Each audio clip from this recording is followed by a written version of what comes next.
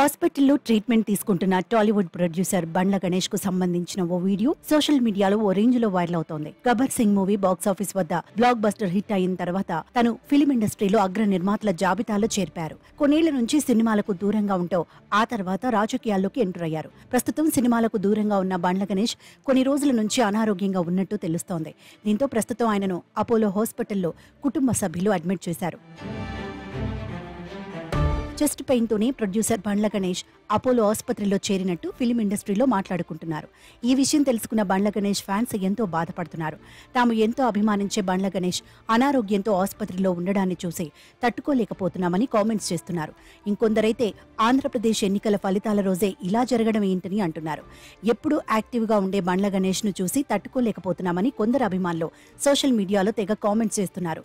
June 4న Andhra Pradesh ఎన్నికల ఫలితాలు ఉండడంతో ఇదే రోజున బండ్ల గణేష్ ఆసుపత్రిలో జాయిన్ అవ్వడం అందరినీ ఆశ్చర్యానికి గురిచేస్తోంది. దీంతో ఈ విషయం ఇప్పుడు సోషల్ మీడియాలో తెగ హాట్ టాపిక్ గా మారింది. ఇకపోతే ఎలక్షన్ల సమయంలో ఎప్పుడూ బహిరంగంగా తన అభిప్రాయాన్ని నిర్భయంగా చెప్పే బండ్ల గణేష్ ను అలా చూస్తుంటే మనసంతా ఏదోలా ఉందని నెటిజన్స్ కామెంట్ చేస్తున్నారు.